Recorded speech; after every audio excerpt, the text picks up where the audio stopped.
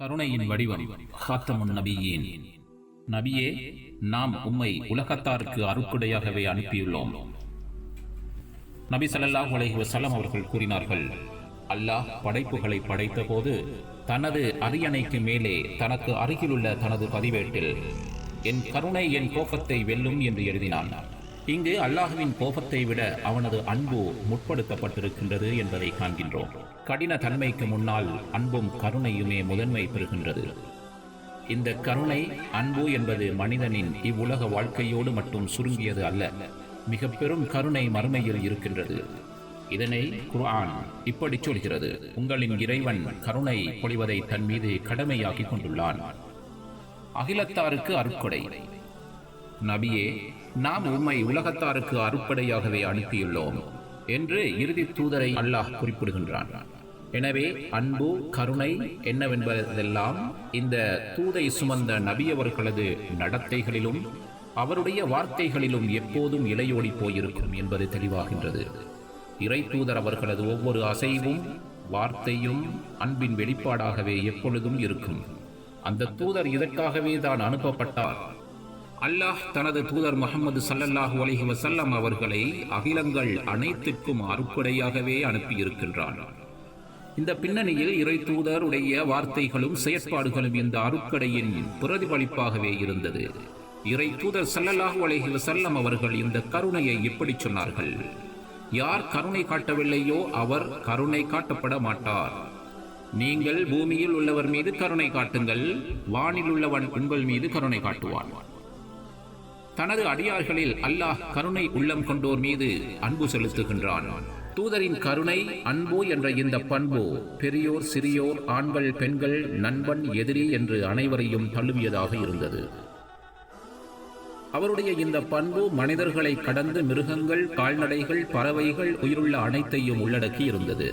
ஒரு பூனையை அது சாகும் வரை சிறை வைத்த காரணத்தால் பெண் ஒருத்தி நரகத்தில் வேதனை செய்யப்பட்டால் அதை அடைத்து வைத்த போது அவள் அதற்கு உண்பதற்கும் கொடுக்கவில்லை, பருகுவதற்கும் கொடுக்கவில்லை.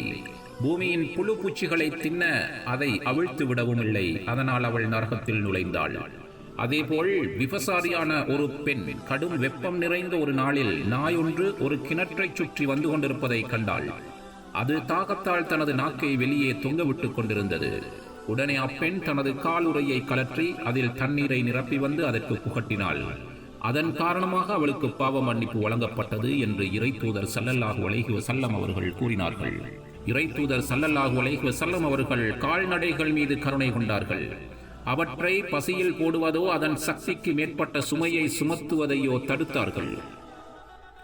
மிருகங்களை உணவுக்காக அறுக்கின்ற போது கூட கருணையுடன் நடந்து கொள்வதை வலியுறுத்தினார்கள்.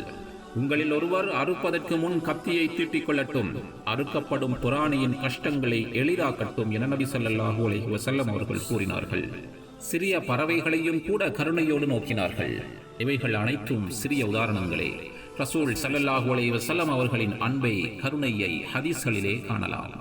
இவை எல்லாவற்றுக்கும் மேலாக சடப்பொருட்களுடன் கூட கருணையுடன் நடந்து கொண்டார்கள்.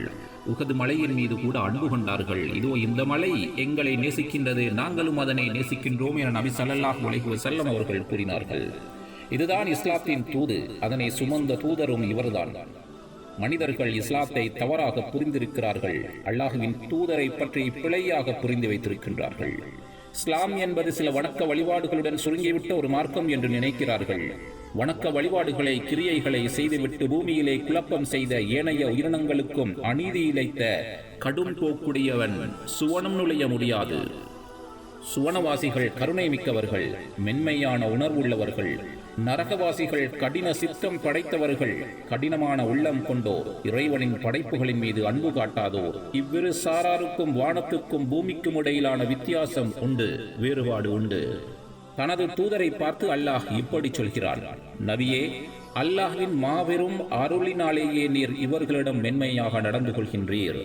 நீர் கடுகடுப்பானவராகவும் வண்ணஞ்சராகவும் இருந்திருந்தால் இவர்கள் எல்லோரும் உம்மை விட்டு விலகி போயிருப்பார்கள். சூரா ஆல இம்ரான் வசனம் 159. இறை தூதரோடு மக்கள் சூழ்ந்திருந்தமைக்கு காரணம் அவரிடம் இருந்த அதிகார பலம் அல்ல, மாற்றமாக அவரிடம் இருந்த அன்பும் கருணையும் நிறைந்த வாழ்க்கைதான்.